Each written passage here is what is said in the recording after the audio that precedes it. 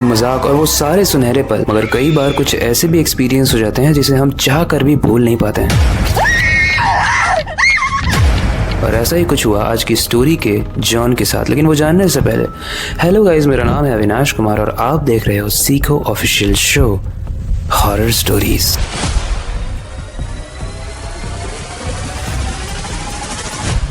John एक boarding school में पढ़ता था और एक बार जब वो क्लास अटेंड कर रहा था तभी क्लास में एक टीचर अचानक से आ गई और क्लास में पढ़ा रहे प्रोफेसर के कान में कुछ फुसफुसा कर चली गई। उसके जाते ही प्रोफेसर ने क्लास को रोक दिया और बच्चों से कहा कि स्कूल में लॉकडाउन हो गया है क्योंकि स्कूल के पास वाली बिल्डिंग में कुछ ऐसा हुआ जिसकी वजह से अब स्कूल को कुछ दिनों के लिए बंद रखना पड़ेगा और अब किसी भी बच्चे को हॉस्टल या स्कूल प्रेमाइसेस से बाहर निकालना लगभग इम्पॉसिबल है और अलाउड भी नहीं है। हुआ कुछ ऐसा था कि स्कूल की पास वाली बिल्डिंग में एक सीरियल किलर ने वहाँ रह रहे सारे लोगों का मर्डर कर दिया था और वो स्कूल के आसपास ही घूम रहा था। इसलिए जब तक वो आदमी पुलिस के हाथ नहीं लगता स्कूल में लॉकडाउन लगा दिया गया। शॉकिंग चीज ये है कि उसे सीरियल किलर ने जितने भी लोगों को मारा था उनका दाहिना हाथ गायब था। ये बातें स्कूल के गार्ड ने सीनियर क्लास के बच्चों को बताई और इसी बात का उन बच्चों ने पूरे स्कूल में ढिंडोरा पीट दिया। इस स्कूल के सारे बच्चे तो डरे हुए थे लेकिन जॉन के साथ कुछ अजीब हरकतें हो रही थी। रोज रात में उसके हॉस्टल के बैकयार्ड से किसी आदमी के चीखने की आवाज आती थी। लेकिन शॉकिंग बात यह थी कि आवाज उसके अलावा किसी और को सुनाई नहीं देती थी। एक दिन जब वो सो रहा था तो उस रात फिर से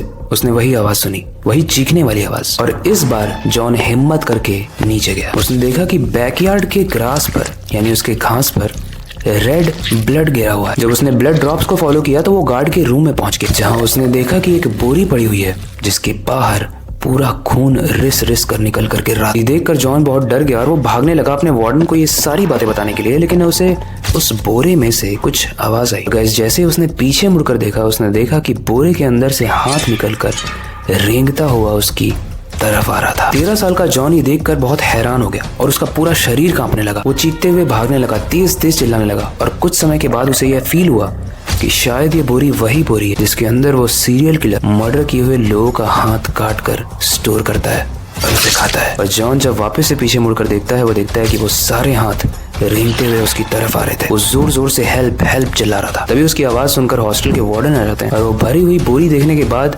प्रिंसिपल ने तुरंत पुलिस को फोन किया। जॉन अभी तक जोर जोर से रो रहा था। ऑब्वियसली वो 13 साल का बच्चा था यार, ऐसा देखने के बाद तो रोएगा ही। और जब उस बोरी के सामान को स्कूल के हॉल में गिराया तो उसमें से सिर्फ और सिर्फ बहुत सारे खून से लदे हुए हाथ थे। यानी जॉन सही था और वो सीरियल किलर जानते हुए इन हाथों का क्या करता था, वो इनका सूप बनाकर पीता था। इतना ज्यादा डिस्टर्ब्ड सीरियल किलर था। गाइस, सीरियल किलर बहुत तरीके के होते हैं लेकिन ये थोड़ा ज्यादा ही क्रीपी था। मैंने देखा है लोगों को मार के काट के लोग खाते हैं, ये थोड़ा सा स्ट्रेंज है बट खाते हैं। आपने डैमर के बारे में शायद सुना हो या नहीं सुना तो एक बार सर्च कर लो। इस तरीके की स्टोरीज गाइस अगर आपको पसंद है जो ऑलरेडी हो चुका है, इस तरीके के मॉन्स्टर्स जो इस दुनिया में है जिसे तो मैं भूत से भी ज्यादा डरावना मानता हूँ, अगर इन पे आपको स्टोरी चाहिए तो आप कमेंट में जाके मॉन्स्टर लिखना। इससे मुझे समझ में आ जाएगा कि आप इंटरेस्टेड हो इन स्टोरीज। वेल, ये स्टोरी आपको कैसी लगी, इससे रिलेटेड कोई भी फीडबैक हो आप कमेंट सेक्शन में बता सकते हो। और अब समय आ चुका है इस वीडियो को एंड करने का, लेकिन एंड करने से पहले बस एक ही चीज कहना चाहूंगा कि स्टोरी चेंज हो सकती है लेकिन लास्ट वाला पार्ट नहीं। तो अपनी क्यूरियोसिटी को डाई मत होने देना, नई चीजें सीखते रहना अपने बेड के नीचे और खिड़की के बाहर जरूर देख लेना आपको कहीं कोई बोरी तो नहीं दिख रही। मिलते हैं अगली वीडियो में।